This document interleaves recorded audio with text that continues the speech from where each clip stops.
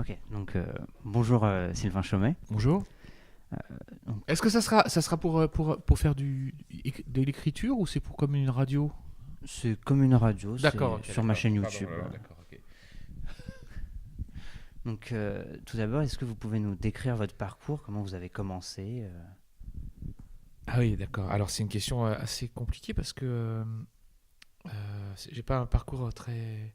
J'ai un parcours atypique quand même parce que j'ai pas réellement fait des études qui m'ont conduit vers vers ce que je fais maintenant. Donc à l'origine, bon, j'ai fait un bac littéraire art plastique. Puisque effectivement je dessinais quand même depuis très très longtemps, depuis que j'étais tout petit, je dessine. Donc j'ai toujours pensé que je ferais comment dire illustrateur ou dessinateur de bande dessinée, quelque chose comme ça. D'accord. Et donc je suis passé par des beaux-arts, ça m'a pas plu, enfin en tout cas ça m'a pas apporté grand-chose. Et c'était l'époque où l'école de bande dessinée venait de s'ouvrir à Angoulême. C'était au début des années 80. Et donc j'ai passé le concours et je suis rentré à l'école de bande dessinée. Je suis resté 3 ans à l'école de bande dessinée. J'ai fait quelques bandes dessinées, mais comme dessinateur et quelques-unes comme scénariste. Et ensuite, bah voilà, après il fallait que je trouve du travail, puisque avoir un diplôme de bande dessinée, ça donne pas forcément du travail. Même si j'avais commencé à avoir des contacts avec des éditeurs, ça me permettait pas de gagner ma vie. Donc je suis parti en Angleterre parce que j'avais envie de bouger. Euh, je m'étais rendu compte qu'en France, c'était pas évident pour trouver du travail. Il fallait beaucoup faire marcher les connaissances, pistons et tout ça. C'était un peu particulier. Moi, je rentrais pas tellement là-dedans. J'arrivais pas comment dire, à jouer à ce jeu. Et donc, je suis parti en Angleterre et là, j'ai trouvé un travail comme dans l'animation. Donc, c'est là que j'ai découvert l'animation, que je pensais pas du tout que je ferais. J'aimais bien les dessins animés, j'aimais bien regarder les dessins animés, mais ça n'a jamais été vraiment. Je me suis jamais, comment dire, préparé à devenir animateur. Pour moi, c'était quelque chose assez technique. Ça se faisait surtout aussi en plus à l'étranger à l'époque, ça se faisait surtout aux États-Unis, donc c'était quelque chose qui me paraissait pas abordable. Mais du coup, je me suis retrouvé à faire de l'animation en Angleterre, sur le tas, à faire intervalliste, puis assistant, et puis je me suis lancé, je suis devenu animateur, réalisateur, un peu avec au culot. Et puis voilà, ça, c'est parti de là. Ensuite, le fait de faire de l'animation m'a donné envie de faire des films. Donc là, j'ai complètement laissé tomber la bande dessinée. En tout cas, comme dessinateur, puisque j'ai continué à faire des scénarios pour des dessinateurs. Et j'ai eu l'idée de ce court métrage qui s'appelle La vieille dame du pigeon, qui a été ensuite réalisé plus tard, en grande partie au Canada, comme les triplets d'ailleurs. Et donc voilà, donc c'est assez atypique puisque voilà, j'avais pas fait d'études pour ça. Donc du coup, c'est vrai qu'il y a beaucoup d'écoles qui me demandent d'intervenir et tout ça, mais je suis pas un très bon exemple parce que du coup, moi j'ai appris sur le tas et j'ai l'impression que c'est là qu'on apprend le mieux. Euh, j'ai l'impression qu'on apprend. C'est voilà, mais bon, il faut effectivement des studios, il faut quand même que l'industrie existe pour pouvoir. Alors à cette époque-là, à Londres, c'était vraiment bien. Il y avait beaucoup de studios, donc c'était vraiment super ça. D'accord. Donc, dans vos films, vous traitez le son particulièrement. Il y, a, il y a beaucoup de musique dans les triplettes de Belleville, même dans l'illusionniste, et plus particulièrement la musique. Est-ce que vous pouvez nous expliquer comment vous voyez la musique et le son dans vos films? Alors la musique, en tout cas le son, moi ça vient quand on commence à faire de l'animation. Parce que bon, quand je travaillais pour de la publicité, donc je faisais des intervalles et tout comme ça, c'était pas passionnant, mais bon, j'apprenais quand même mon métier. Et le soir, ils nous laissaient faire nos propres films. Et je faisais bouger mes personnages, et je voyais mes personnages qui bougeaient, je trouvais ça fantastique, c'était vraiment génial quand on dessine, de voir ces personnages commencer à bouger, à vivre. Mais le plus grand choc, c'est quand les personnages commencent à faire des sons. Ça, c'est extraordinaire. quand on a un personnage qui commence à, je sais pas, à taper sur une table et on entend le bruit de la table, d'un coup, ça matérialise la matière et ça donne vraiment de la vie au personnage. Et donc cette relation avec le son, elle a été d'emblée là par rapport à tout ce qui était bruitage. Et quand j'ai fait mon premier court-métrage, je pensais énormément au son, évidemment, mais j'ai pas tellement pensé à la musique. Il y avait tellement de choses voilà, à penser. Je voulais déjà que visuellement ce soit beau, qu'il y ait une belle histoire, que l'animation soit parfaite. Donc je m'étais vraiment plus concentré sur l'animation et le son qui est en relation avec l'animation, mais j'avais pas vraiment pensé à la musique. Ce qui est très étonnant d'ailleurs, parce qu'après, la musique a pris vraiment beaucoup de place. Et en fait, c'est arrivé quand le producteur qui était à Paris, moi j'étais à Montréal à l'époque, a fait venir chez moi un musicien qui s'appelle Jean Corti, parce qu'il vous disait, voilà, Jean Corti fait de l'accordéon, ça irait bien avec le genre de film, puisque ça se passe dans les 50 à Paris.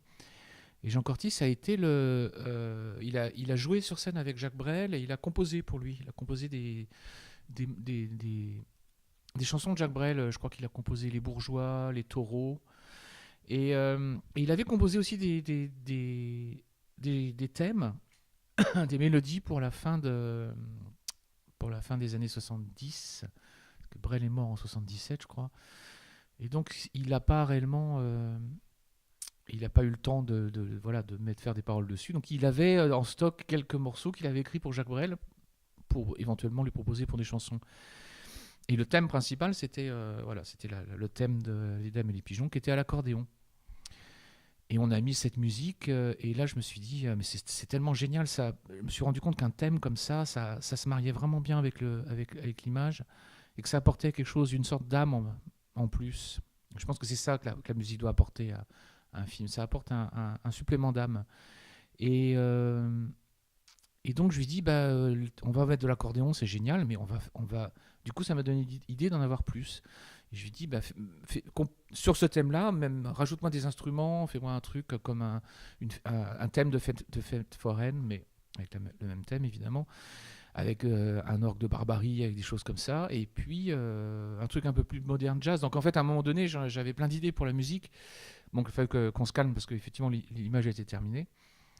Et en fait, comme moi j'ai toujours été à côté musicien, donc moi depuis que j'ai 13 ans, je fais de la musique dans des groupes et tout ça, j'ai fait de la basse, ouais, je faisais de la basse, la guitare, du piano, et donc j'ai toujours été intéressé pour composer aussi avec les logiciels, parce que je sais pas lire la musique, mais par contre avec les logiciels on peut très bien composer, ça fonctionne très bien piste par piste. Et donc je me suis dit, le deuxième film, là, la musique va être très très importante. Et du coup, les personnages même principaux, les triplettes, ce seront des musiciennes. Et on va essayer de déconner avec la musique, autant de la même façon qu'on déconne avec l'image et avec l'animation. Et donc du coup, ça m'a permis de collaborer avec Benoît Charret, qui a composé les musiques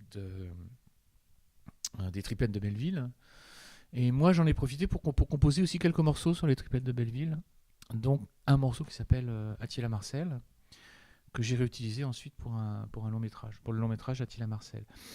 Ensuite, lorsque j'ai fait L'Illusionniste, là, en lisant le script de Jacques Tati, je me suis dit que c'était évident pour moi que les 7 dernières minutes du film, ça allait être que de la musique. Et que là, on allait carrément faire disparaître les effets sonores et tout ça, et avoir simplement, quand je parlais de ce supplément d'âme, c'est qu'à la fin, effectivement, il faut expliquer cette séparation, le départ de l'illusionniste, voilà, qui rentre, qui laisse la jeune fille et tout ça. Donc c'est quand même assez touchant cette fin. Et moi, je sentais qu'il y avait que par la musique qu'on pouvait apporter ça. Et donc après Attila Marcel, c'est presque une comédie musicale. Donc maintenant, la musique, elle est effectivement, à chaque fois que je pense à un film, je pense à la musique tout de suite.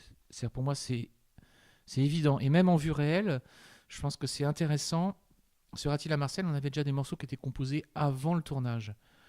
Ce qui fait que quand on a tourné certaines scènes, on l'a tourné avec la musique pour donner, pour donner de l'inspiration aussi aux cadreurs et tout ça, pour avoir des mouvements de caméra qui soient en fonction de la musique. Et ça fonctionne vraiment très très bien, ça. Et voilà, donc je suis parti, comme j'ai toujours tout appris sur le tas, Euh, Sur mon premier court-métrage, je m'étais tellement mis sur l'image que j'avais oublié complètement la musique.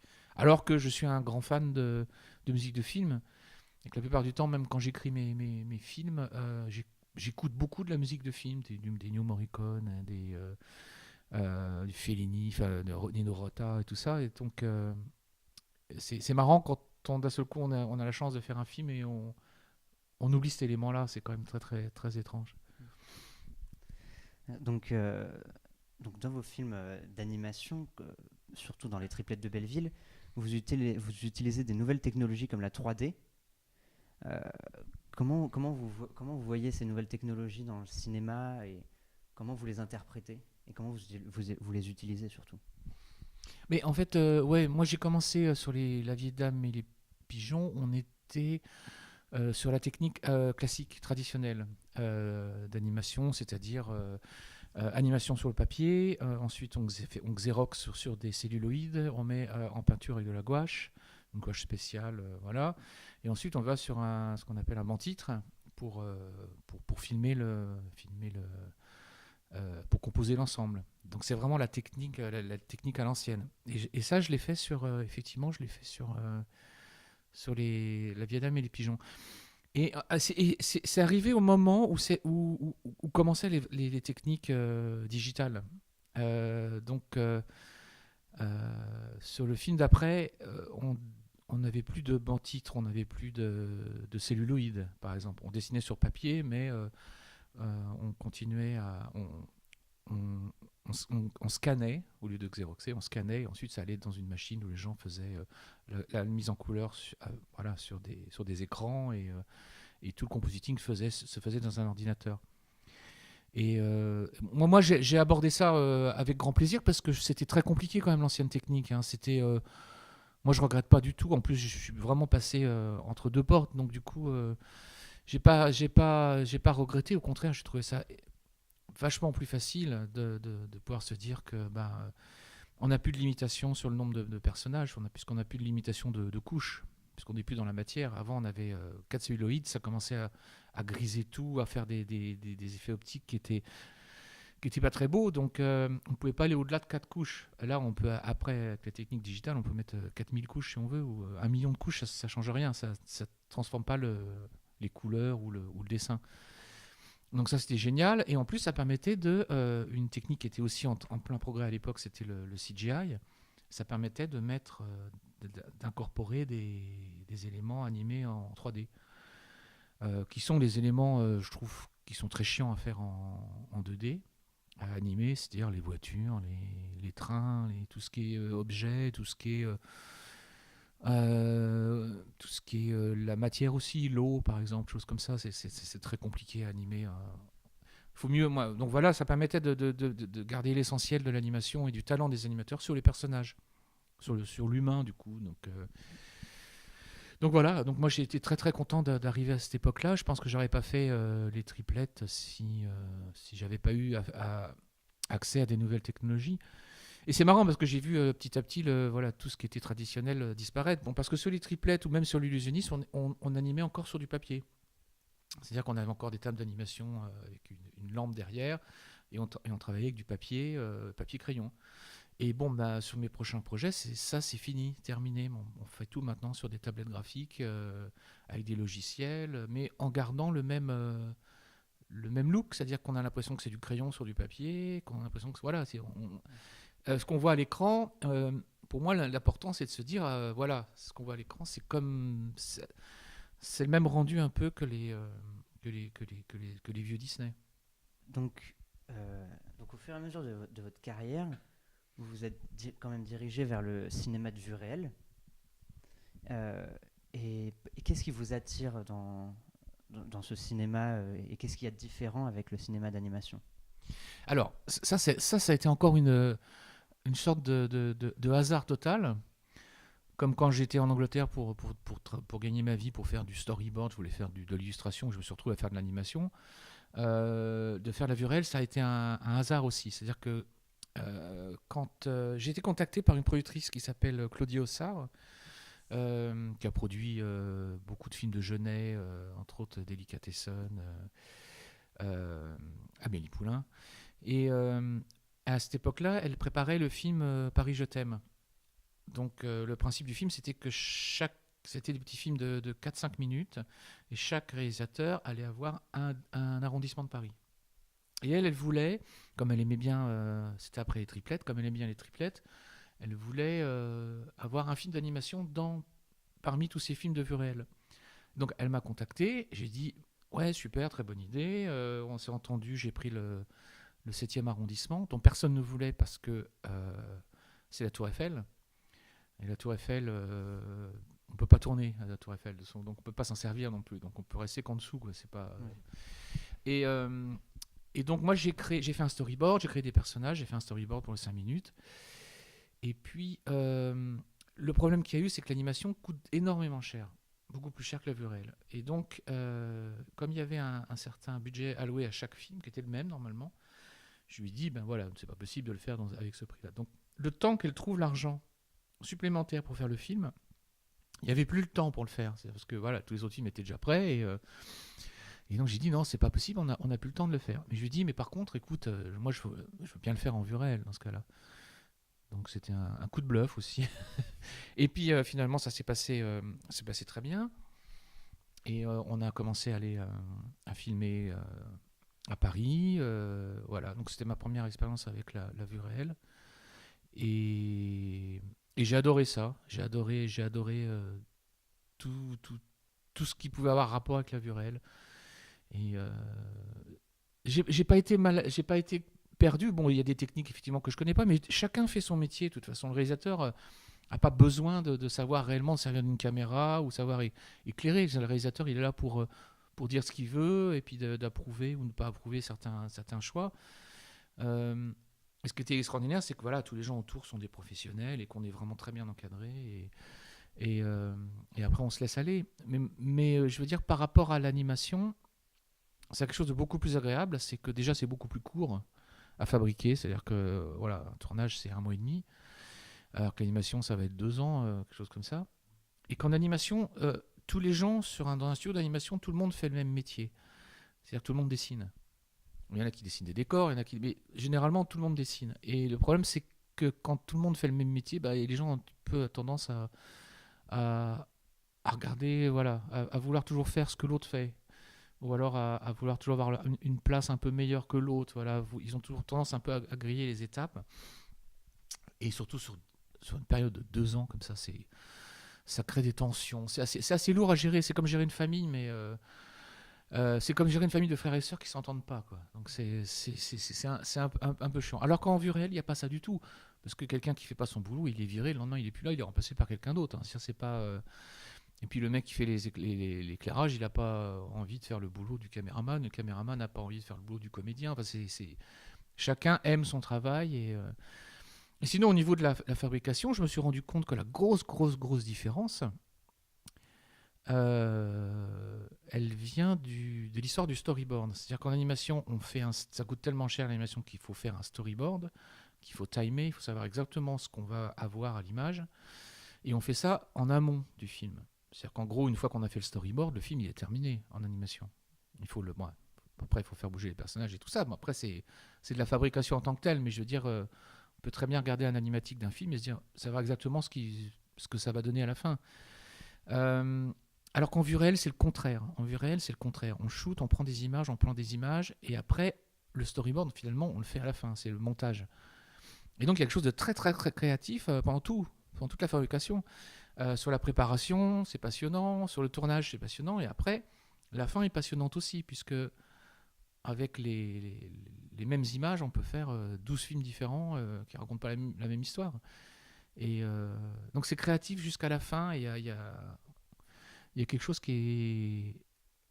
Il y a quelque chose de l'improvisation aussi qui est intéressante aussi pendant les tournages. Et pour vous, est-ce que c'est plus simple de diriger des acteurs ou de les dessiner ? C'est plus simple de les diriger, oui. Et vous arrivez à obtenir plus de choses avec des acteurs réels, du coup ? Ben, c'est pas vraiment les mêmes choses que je cherche à obtenir.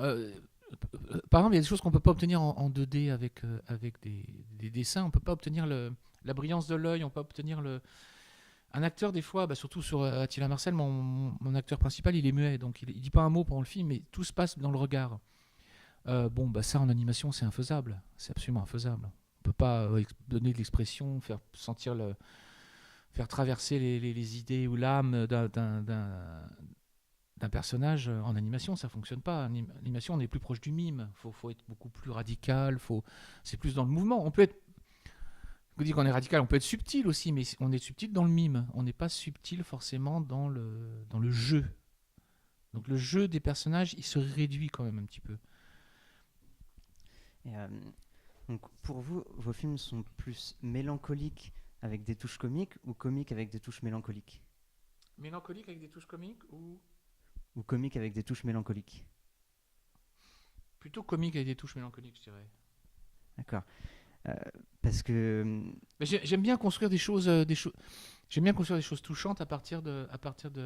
Voilà, je pense qu'un film, si on veut vraiment toucher les gens et obtenir de l'émotion, il faut avant ça les avoir amusés. Je pense que pour moi, c'est les films qui touchent le plus, hein. Généralement, c'est les films qui ont une grande partie de comique, ou le comique du désespoir. C'est un peu ça. C'est comme les comédies italiennes d'avant-guerre. C'est un côté. Des fois, quand même des sujets très très sombres. Ils sont absolument atroces. C'est souvent des gens très très pauvres ou même des clochards ou tout ça. D'ailleurs, Chaplin, hein, clochard, c'est pareil. Et, euh, et je trouve qu'on obtient une qualité d'émotion bien plus forte quand on sait aussi être un petit peu s'élever un petit peu au-dessus du sujet.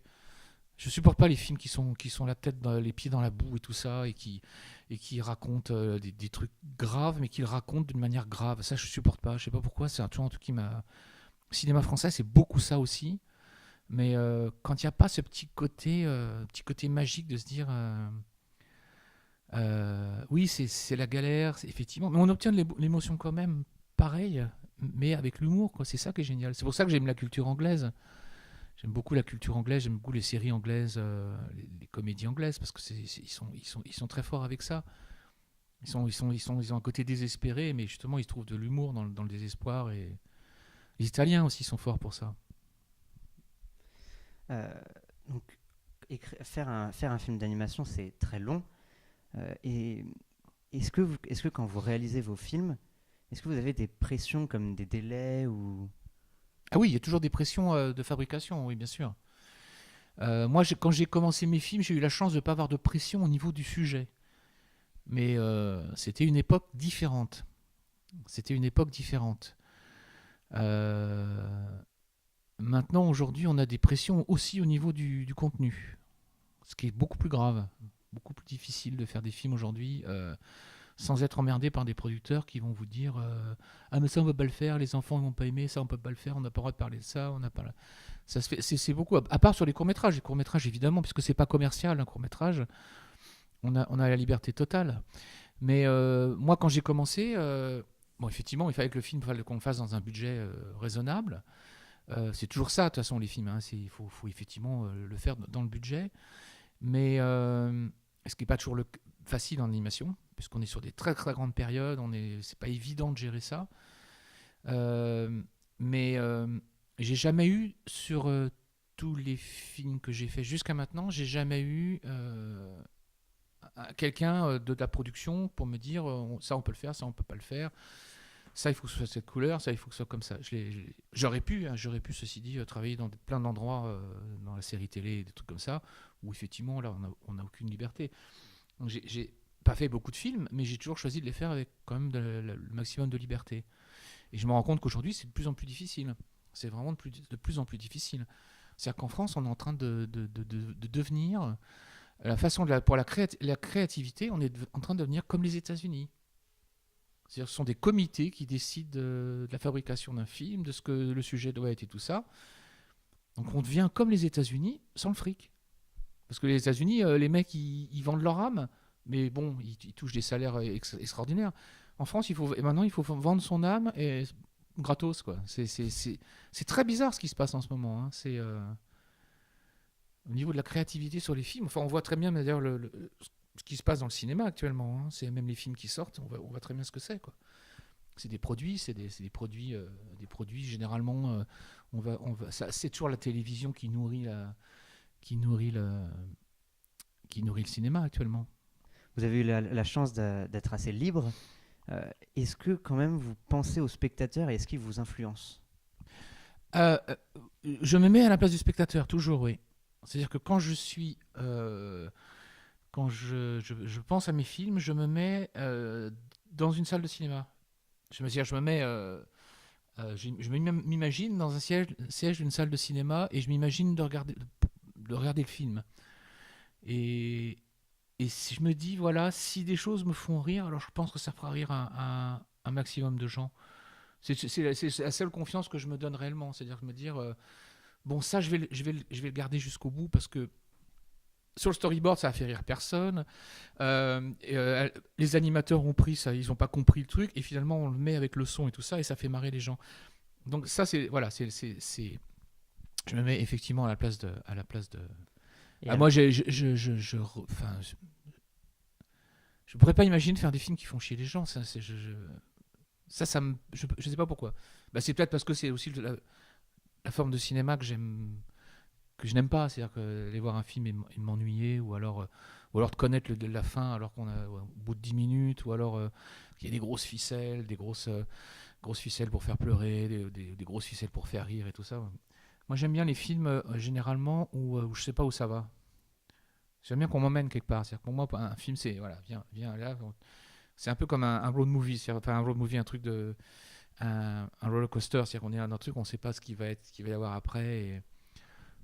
et à l'inverse, ça vous est jamais arrivé de vous censurer en vous disant ça je peux pas le montrer Ah si, je l'ai fait une fois, une seule fois. Je l'ai fait une seule fois, mais alors c'était vraiment parce qu'il y avait un truc grave qui s'était passé. C'est sur les triplettes de Belleville. À un moment donné, il y avait à la fin, la poursuite, à un moment donné, il y avait ces grands gratte-ciel et tout ça. Et à un moment donné, un des gars de la mafia a un bazooka et il tire et ça part dans le ciel. Et moi, euh, ça partait entre deux bâtiments, deux gratte-ciel, et ça allait faire péter un avion. Et quelques semaines après ça, enfin, il y a eu les World Trade Center. Et là, je me suis dit non, je peux pas. Là, je peux pas le mettre. Ça, c'est pas possible. Ça sera pas drôle. De toute façon, ça sera plus drôle. Là, je me mets du coup encore à la place du spectateur. Donc, ce qu'on a fait à la place, c'est on l'a fait péter dans le vide, quoi. On n'a pas eu de dommage. Mais oui, c'est la seule fois. Après, il y a d'autres fois où j'aurais aimé me censurer parce que c'est quand j'ai fait le passage de l'animation à la vue réelle et que j'avais fait un storyboard pour un dessin animé et où j'avais des personnages obèses dedans. Ils avaient un couple d'Américains obèses. Et donc quand on les dessine et tout ça, c'est rigolo. Hein, c'est dessiner des gros personnages, c'est super drôle. La façon dont ils bougent et tout ça, ça n'attaque personne. Par contre, quand on a fait le casting, là, il a fallu que j'ai en face de moi des gens obèses. Et c'est là que je me suis rendu compte, mais c'était trop tard parce qu'on ne pouvait pas changer. Et, et j'ai vu des gens, voilà, et je me suis dit, oh non, c'est pas possible, là, c'est pas drôle, c'est absolument pas drôle. Là, du coup, ça marche pas. Et j'avais dit à la productrice, tu sais, je peux peut-être retirer cette scène parce que. Et elle m'a dit, mais non, non, non, si tu fais ça, ça va être affreux parce que les gens qui font ça sont des gens qui sont dans une agence de casting. Hein, et ils ont. Elle a dit, non, non, ils seraient dévastés, ces gens-là, si tu coupais la scène. Parce qu'eux, ils voient pas les choses comme ça. Ils ont envie d'être dans un film, voilà. Donc on l'a gardé. Donc c'est vrai que c'est pas forcément très drôle, mais voilà, c'est des choses. Donc, l'économie du cinéma animé est quand même très complexe. Comment vous arrivez à vous en sortir? Et est-ce que par votre expérience, vous avez des facilités ou des difficultés? Non, c'est toujours très cher. Alors, bon, maintenant on est dans une situation. Moi, je parle de ce que je fais. Hein, je fais de la 2D principalement, donc du dessin animé et pas du CGI, pas voilà, du truc à la Pixar, des choses comme ça. Ce sont des techniques très très différentes. Quand eux sont arrivés sur le marché il y a une bonne vingtaine d'années maintenant, euh, même Disney à l'époque a dit bon, bah, on arrête le dessin animé, c'est terminé, ça coûte trop cher, on va faire du CGI, c'est beaucoup moins cher, les personnages on les a, il suffit de mettre des caméras et tout ça. Et en l'espace de 20 ans, c'est devenu épouvantablement cher le CGI. Parce qu'à chaque fois, ils essayaient de rajouter des éléments, donc ça se rapproche de plus en plus de la vue réelle. Et en fait, un film en CGI coûte une fortune. Même un qui est pas. Je parle même pas de ceux de Pixar. Ceux de Pixar, c'est 100 millions hein, donc, pour fabriquer le film. Je parle même des dessins animés moyens qui sont fabriqués en Europe. C'est au moins 30 millions d'euros. Au moins. Pour des résultats qui ne sont pas extraordinaires non plus. Hein, et donc, du coup, la 2D, avec l'évolution des techniques, et entre autres l'évolution du fait que maintenant on ne passe plus par le papier, la 2D est beaucoup moins chère, mais en gardant quand même la qualité de la 2D. Donc je pense voilà, moi comme je suis resté là-dedans, et que je dis, bah voilà, le film, moi je vous le fais pour aux alentours de 10 millions, c'est déjà 3 fois moins cher qu'un film en CGI, et puis voilà, du coup, même au niveau du style, je peux vous dire, regardez ce qui se fait en CGI actuellement, ils se ressemblent tous les films. Tous les personnages se ressemblent, c'est-à-dire que c'est devenu carrément... c'est comme les Playmobil, quoi. On change simplement les cheveux et tout ça. Alors qu'en dessin, à chaque fois, on a de l'originalité dans un dessin. On fait un style différent, on fait ce qu'on veut. Euh, donc voilà, donc moi du coup, c'est la technologie qui m'a permis d'être compétitif. Hein. Euh, et donc dans le cinéma, que ce soit dans le cinéma d'animation ou dans le cinéma de vue réelle, euh, il y a quand même toute une équipe pour faire un film. Donc j'imagine que dans le cinéma d'animation, chacun a son style différent. Comment vous faites pour choisir une équipe? Ben, les gens ont un style différent quand ils font des trucs pour eux, oui. Beaucoup sont des illustrateurs. Mais non, sinon, bah, c'est une technique. Hein, c'est une technique à apprendre. Il faut savoir se mettre dans le style de quelqu'un d'autre et puis d'être capable de faire bouger le personnage. C'est un bon animateur, c'est quelqu'un qui va prendre n'importe quel style, il va prendre la vache qui rit, puis il va faire bouger, et puis il va prendre n'importe quel truc, il va prendre Tintin, il va le faire bouger. Les personnages de Sampé, les faire bouger. C'est une fois qu'on est un animateur, on est capable normalement de faire tout, de donner de la vie à absolument tous les styles. Après, il y a effectivement des gens qui sont plus coincés. Je parle entre autres des gens qui sont plus dans l'esprit des Disney des années 90 ou des choses comme ça, où il y avait une technique un peu quand même un peu la même aussi. Et généralement, c'est des gens avec qui je ne travaillerai pas. Donc je fais un test, hein, je regarde leur dossier, je regarde ce qu'ils ont fait. Des fois, il y a des gens qui font vraiment qu'une sorte de style, mais qui vont s'adapter à mon style. Donc ça arrive. Donc on fait un test. Et là, on teste, on voit effectivement, là, on dit, bah oui, là, c'est mon style, mais à la Disney. Donc, il faut faire gaffe. Mais bon, voilà, c'est le métier. Hein, Et, euh, et comment vous vous impliquez dans la promotion de vos films ou dans toutes les étapes qui suivent le film? Bah, le problème, c'est que je peux pas tellement m'impliquer parce que c'est donné à des gens dont c'est soi-disant le métier. Moi, j'ai pas vraiment mon mot à dire. Il a fallu que je me batte pour faire l'affiche française des triplettes. Ça, c'est le truc que j'ai réussi à faire. Mais sinon, ça échappe un peu hein, au niveau de la promo et tout ça. Bah, après, ils vont faire les interviews. Mais après, si la promotion est mal faite ou si la distribution est pas bien en place, on peut rien y faire. Strictement rien y faire.